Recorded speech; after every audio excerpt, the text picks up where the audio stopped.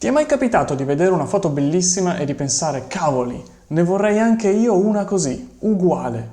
Oggi la facciamo.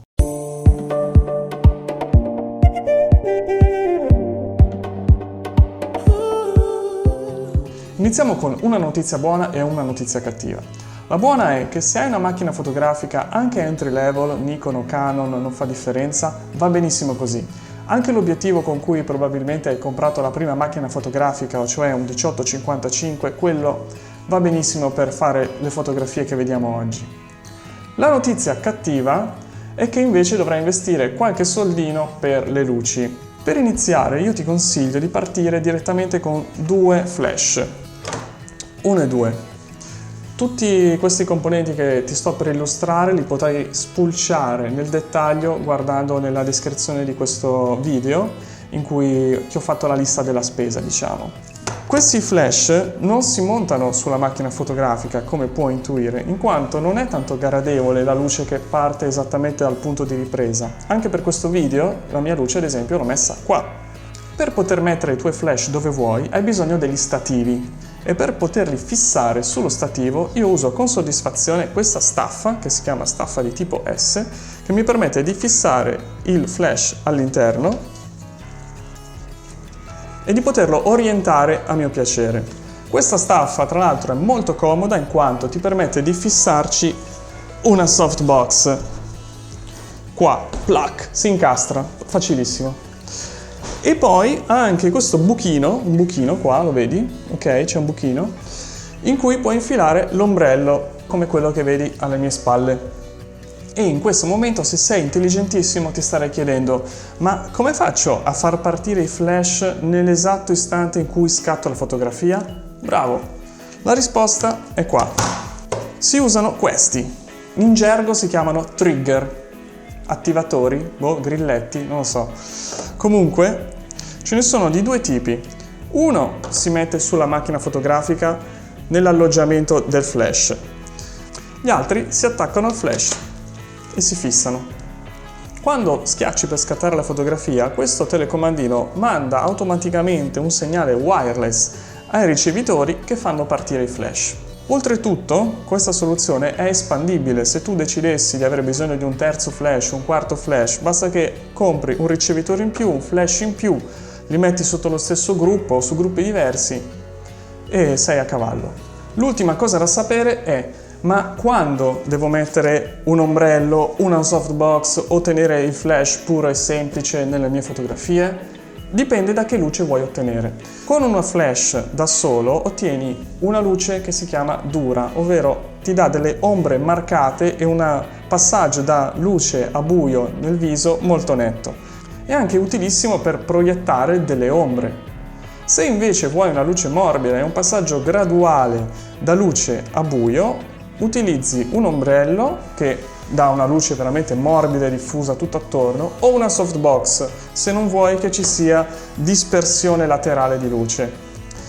Ultimo accessorio che sembra una cavolata ma è fondamentale, lo vedremo tra l'altro nella foto di oggi, la rete che si attacca alla softbox.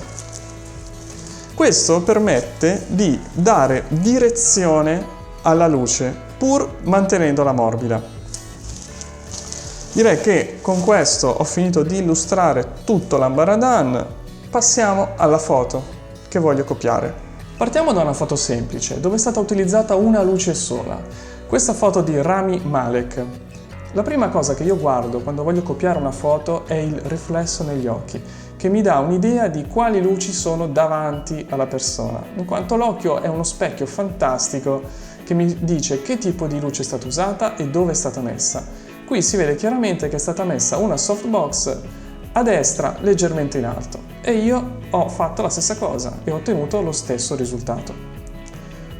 Veniamo all'esempio invece molto più difficile, che è quello della foto di Leonardo DiCaprio. Partiamo dall'occhio e vediamo che qui la situazione è molto interessante. C'è una barra di luce luminosa e fin qui ok, basta procurarsi un tubo al neon o una striscia LED o qualche luce comunque lineare. Ma c'è un mistero da risolvere. Com'è possibile che una luce messa davanti al suo viso, che riesce a illuminare entrambi gli occhi, mantenga un'ombra sulla punta del naso e su una guancia. Come fa? Dopo aver fatto circa 300 foto e tentativi vari, sono giunto a questo set che mi soddisfa appieno e adesso vi spiego tutte le componenti. Abbiamo una barra di luce a LED, il cui unico scopo è quello di creare il riflesso negli occhi, questa barra. Ora sembra che questa luce mi illumini tantissimo perché l'ISO della videocamera con cui sto riprendendo è molto alto, ma in realtà quando farò la foto di tutta questa luce che vedete sopravviverà veramente solo il riflesso nell'occhio. Tutto il resto sarà occultato e a creare la vera illuminazione del viso ci penseranno i due flash che sono ai due lati. Questo è un flash con un ombrello che permette di avere una luce più morbida. Questa luce non mi ha dato grossi problemi, basta trovare la posizione giusta per fare in modo che la luce illumini tutta questa parte del viso, ma mantenendo in ombra la parte centrale del naso. Semplicemente bisogna fare qualche tentativo, spostarla un po' più indietro, un po' più avanti, non è complicato. Quello che mi ha fatto veramente penare e che non riuscivo mai a trovare la conformazione giusta, la posizione giusta, il vero casino, è stata questa softbox. Questa soluzione mi permette di avere una luce morbida che manda luce dal basso verso l'alto senza creare stacchi netti tra ombra e buio, e con una griglia sopra riesco ad ottenere la direzionalità. Questo mi permetterà di riuscire a mantenere l'ombra sotto questo occhio. Una volta finito lo shooting, mettiamo le nostre foto su Lightroom, le guardiamo, scegliamo la nostra preferita e iniziamo a fare l'editing. In questo caso in Lightroom io mi limito a fare delle correzioni di contrasto, chiarezza, nitidezza e conversione in bianco e nero. Vi faccio vedere velocemente il prima e dopo. Questo è il prima, come la foto è uscita dalla macchina fotografica, e questo è il dopo. È già un buon risultato, tuttavia per avvicinarsi alla foto originale bisogna fare delle correzioni locali e preferisco farle in Photoshop. Mi creo apposta un livello dove mettere la foto di Leonardo DiCaprio come paragone, in modo che tutte le mie correzioni, che sono sotto quel livello, agiscano solo su di me, in modo che possa cercare di avvicinarmi il più possibile al risultato che voglio ottenere. La prima cosa che faccio è un bel livello di curve con maschera di livello in cui sistemo un po' la luminosità nel viso. Poi uso un filtro molto utile che si chiama Detail Extractor per tirare fuori un po' di dettagli, e poi boom, faccio gli occhi.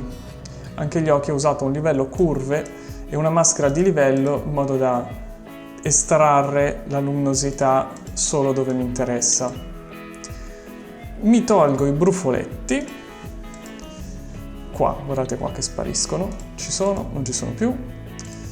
Andando avanti uso un sistema fantastico che si chiama separazione delle frequenze per togliere le occhiaie pur mantenendo la texture.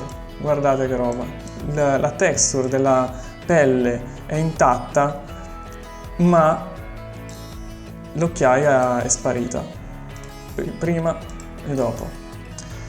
Poi qualche ultimo aggiustamento sulla luminosità generale e a questo punto mi ritengo, soddisfatto, posso cancellare Leonardo e questa è la mia foto finale.